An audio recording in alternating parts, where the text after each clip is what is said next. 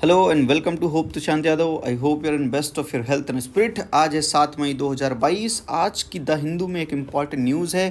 Fertility rate falls further and obesity rises. बहुत important बात है और हमें समझना पड़ेगा जब भी हम न्यूज़ पढ़ते हैं तो उसका बैकवर्ड लिंकेज क्या है। मैं सिर्फ आपको न्यूज़ नहीं पढ़ा रहा हूँ, इस न्यूज़ में बैकवर्ड लिंकेज क्या है, उस बैकवर्ड लिंकेज से यूपीएससी आपको सवाल फ्रेम करके पूछेगा। That's why it is important to know the backward linkage. तो फर्टिलिटी रेट की बात हो रही है यहाँ पर, तो यहाँ पर हमें समझना पड़ेगा कि टोटल फर्टिलिटी रेट क्या है, रिप्लेसमेंट फर्टिलिटी रेट क्या है, ये बैकवर्ड लिंकेज हो गया। ओबेसिटी की बात कर रहा है तो हमें समझना पड़ेगा कि अंडर नरिशमेंट क्या होता है, अंडर नरिशमेंट क्या होता है, और समझना पड़ेगा हमें यहाँ पर कि चाइल्ड वेस्टिंग क्या होता है, चाइल्ड स्टंटिंग क्या होता है, और ओबेसिटी क्या होता है।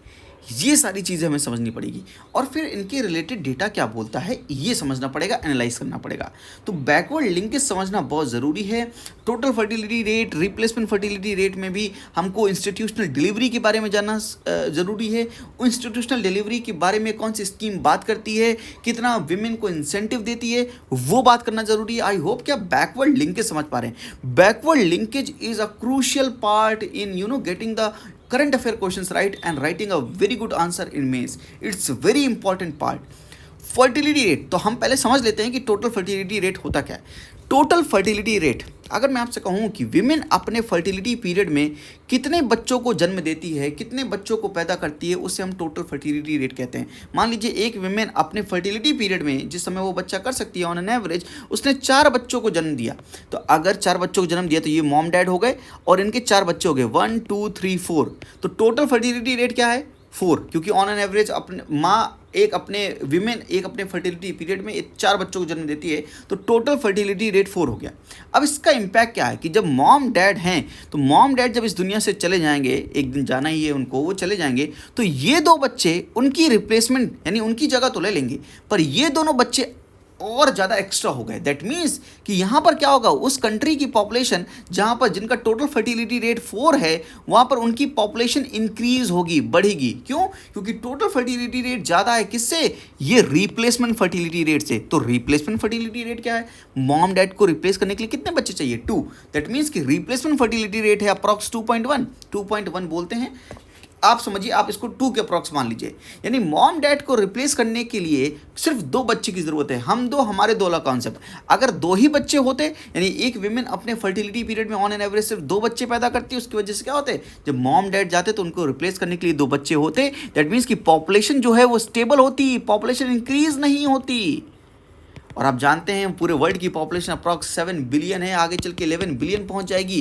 पॉपुलेशन बढ़ेगी तो हमारे पास उतना कंजम्पशन के लिए होना चाहिए, वो आइटम होना चाहिए कंजम्पशन के लिए। पूरा पृथ्वी को हमें सस्टेनेबल तरीके से अभी यूज़ नहीं कर पा रहे हैं, पॉपुलेशन और बढ़ गई तो किस तरह से हम लिमिटेड रिसोर्सेज का यूटिलाइजेशन कर पाएंगे। तो पॉपुलेशन कंट्रोल करना बहुत ज़रूरी है। अगर ह्यूमन पॉपुलेशन कंट्रोल नहीं करेगा तो फिर मदर नेचर, अर्थ को वो पॉपुलेशन कंट्रोल करना पड़ेगा by spreading some viruses, cyclone लाकर, अर्थक्वेक लाकर। तो ये करना पड़ेगा। तो अर्थ तो काम कर लेगी, पर एज अ ह्यूमन हमें भी अपनी पॉपुलेशन को कंट्रोल करना है। दैट मीन्स कि हमें अपना total fertility rate replacement fertility rate के बराबर लाना पड़ेगा ताकि पॉपुलेशन स्टेबल रहे। बात समझ गए, दोनों कॉन्सेप्ट समझ गए। Very good. Now will talk about child wasting. Under nourishment का मतलब क्या होता है? पहले अंडर नरिशमेंट की बात कर लेते हैं। दैट मीन्स कि किसी भी चाइल्ड के पास या किसी भी व्यक्ति के पास एक प्रॉपर न्यूट्रिशन नहीं है, एक प्रॉपर न्यूट्रिशन इनटेक नहीं है। तो अगर प्रॉपर न्यूट्रिशन नहीं ले रहा है तो अंडर नरिश्ड हो गया, और इसकी बहुत प्रॉब्लम है इंडिया में। अंडर नरिशमेंट बहुत ज़्यादा है। चाइल्ड वेस्टिंग का मतलब होता है कि बच्चे की अपनी हाइट के अकॉर्डिंग उसका वेट नहीं है। चाइल्ड वेस्टिंग का मतलब होता है कि बच्चे के पास जो बच्चे का हाइट है उसके अकॉर्डिंग उसका वेट नहीं है। तो यानी एक प्रॉपर हाइट के हिसाब से एक प्रॉपर वेट होना चाहिए, वो है नहीं। That is showing what? That is showing acute under nourishment. Acute under nourishment यानी बच्चे को अच्छे से खाना भरण पोषण के लिए नहीं मिला है, न्यूट्रिशन चीज़ें नहीं मिली है। दैट्स वाई चाइल्ड वेस्टिंग की समस्या है। What is mean by child stunting? Child stunting का मतलब है कि बच्चा के एज के अकॉर्डिंग उसके पास हाइट नहीं है, यानी वो बौना रह गया, छोटा रह गया। तो उसकी एज के अकॉर्डिंग अगर उसका हाइट नहीं है, ये ऐसा हुआ क्यों होगा? Because of the under nourishment. उनको अच्छे से प्रॉपर न्यूट्रिशन नहीं मिलेगा। Child stunting shows the chronic under nourishment.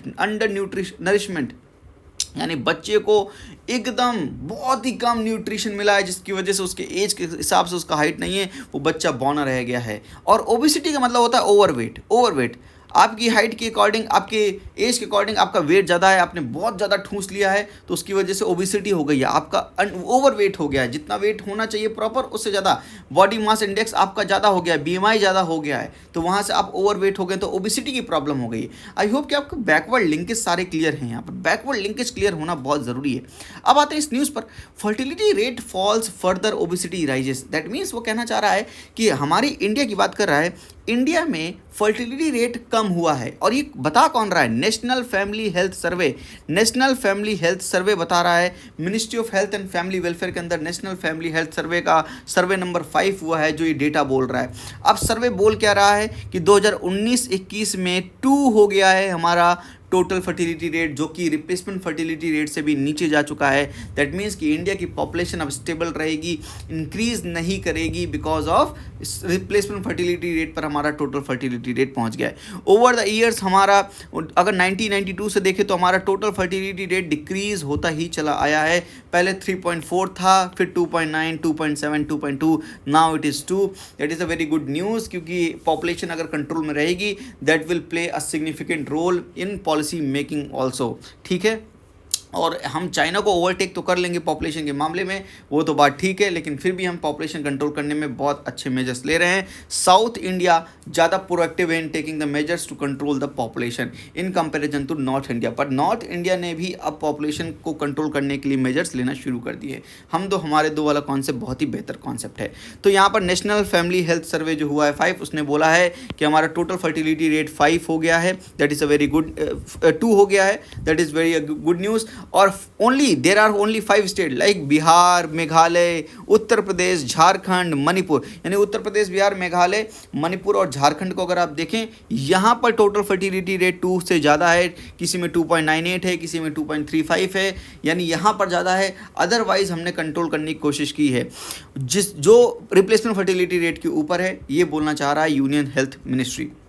साथ में अगर हम ये बात देखें कि अदर की हाइलाइट्स क्या हैं इस नेशनल फैमिली हेल्थ सर्वे का, उसने बोला है कि इंस्टीट्यूशनल डिलीवरी जो है इंक्रीज़ हो गई है 79% से 89% हो गई है अक्रॉस इंडिया। इंस्टीट्यूशनल डिलीवरी का मतलब होता है कि एक इंस्टीट्यूशन में जाकर आप प्राइमरी हेल्थ केयर सर्विसेज को ले, वहाँ पर जाकर हेल्थ सेंटर में जाकर आपने डिलीवरी करवाई है, अपने बच्चा पैदा करवाया, तो इंस्टीट्यूशनल डिलीवरी। और इसके लिए एक स्कीम भी है हमारे पास, क्या, जननी सुरक्षा योजना, जिसमें हम पैसे भी देते हैं विमेन को, है ना। एक स्कीम और है जिसके हिसाब से हम उसको 5,000 रुपये देते हैं विमेन को। बताइएगा वो कौन सी स्कीम है, कमेंट बॉक्स में। तो कहने का मतलब इंस्टीट्यूशनल डिलीवरी बढ़ी है 79% से 89%, अच्छी बात है। रूरल एरियाज़ में अराउंड 87% है एंड अर्बन एरियाज़ में 94% है। अगर हम बात करें इम्यूनाइजेशन की, क्योंकि इंस्टीट्यूशनल डिलीवरी जब बढ़ेगी तो सोचिए, अब इंस्टीट्यूशनल डिलीवरी बढ़ रही है और एक स्कीम है जहाँ पर हम 5,000 रुपये दे रहे हैं और 5,000 टुकड़ों में देते हैं। पहले 1,000 रुपये देते हैं, फिर 2,000 रुपये देते हैं, फिर 1,000 रुपये देते हैं। वो टुकड़ों में देने का रीज़न ये है कि जब बच्चे के पास लास्ट जो पैसा हम उनको विमेन को देते हैं, तो बच्चे के पास जब डोज लग जाती है, इम्यूनाइजेशन की सारी डोज लग जाती हैं, उसके बाद विमेन को पैसा देते हैं, जिसकी वजह से विमेन बहुत ज़्यादा मोटिवेटेड होती हैं कि अपने बच्चों को इम्यूनाइज्ड करवा सकें, सर्टेन वैक्सीनेशन लगवा सकें, जैसे कि पोलियो वैक्सीनेशन हो गया, तो ये सारी चीज़ें कर सकें। तो as a result of national family health survey 5, more than 3/4 यानी 77% children age between 12 and 23 months were fully immunized compare to 62% national family health survey 4। जब नेशनल फैमिली हेल्थ सर्वे 4 हुआ था तो 62% इम्यूनाइजेशन था, अब 77% है। जाहिर सी बात है इंस्टीट्यूशनल डिलीवरी भी बढ़ी है, साथ में इम्यूनाइजेशन भी बच्चों का बढ़ा है। अगर चाइल्ड स्टंटिंग की बात करें, अंडर 5 बच्चों में चाइल्ड स्टंटिंग की बात करें, तो स्टंटिंग मार्जिनली डिक्लाइन हुआ है। 38% था, अब 36% हो गया है। तो चाइल्ड स्टंटिंग की पॉपुलेशन थोड़ी सी, यानी थोड़ा सा कम हुआ है लेवल, परसेंटेज में 2% का अंतर है।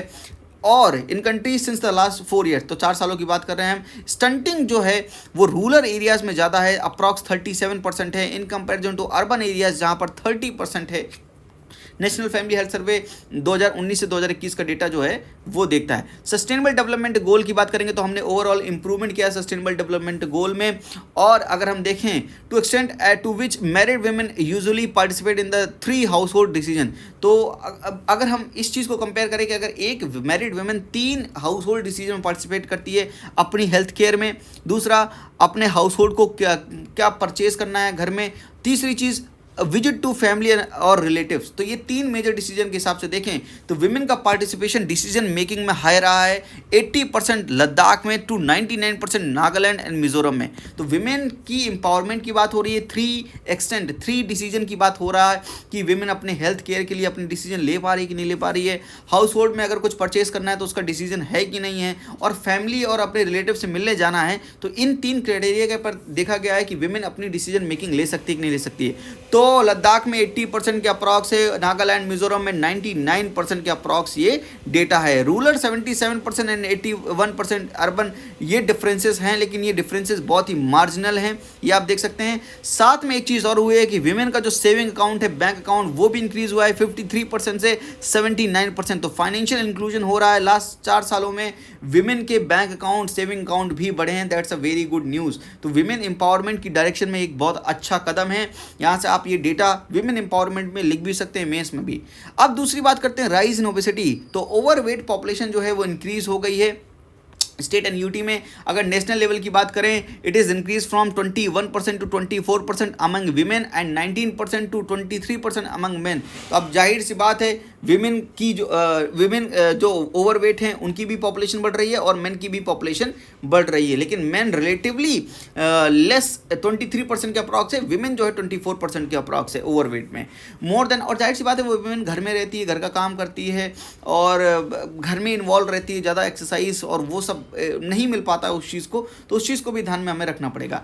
अगर बात करें more than third of women in Kerala, Andaman Nicobar island and Andhra Pradesh, Goa, Sikkim, Manipur, Delhi, Tamil Nadu, Puducherry, Punjab, Chandigarh and Lakshadweep 34 to 36% are overweight और ओबीज। तो ये चीज़ आपको देखना पड़ेगा। साथ में नेशनल फैमिली हेल्थ सर्वे 5 ये भी बोलता है कि ये कंडक्ट हुआ है वर्क, 6.37 लाख सैंपल्स लिए गए हैं इतने स्टेट्स और यूनियन टेरिटरीज में, ताकि एक अच्छा डेटा मिल सके। और इस डेटा से होगा क्या, हम बेहतर सोशियो इकोनॉमिक डेटा से कर क्या सकते हैं, हम अच्छी पॉलिसी का फॉर्मुलेशन कर सकते हैं और इफेक्टिव प्रोग्राम का इम्प्लीमेंटेशन कर सकते हैं, ताकि हम जो है विमेन को और चाइल्ड को, जो मार्जिनल सेक्शन ऑफ सोसाइटी हैं, उनको भी ग्रोथ एंड डेवलपमेंट के पाथ पे ले जाएं। ये पूरा न्यूज़ आर्टिकल है, ये पूरा न्यूज़ आर्टिकल हमें समझाना चाहता है।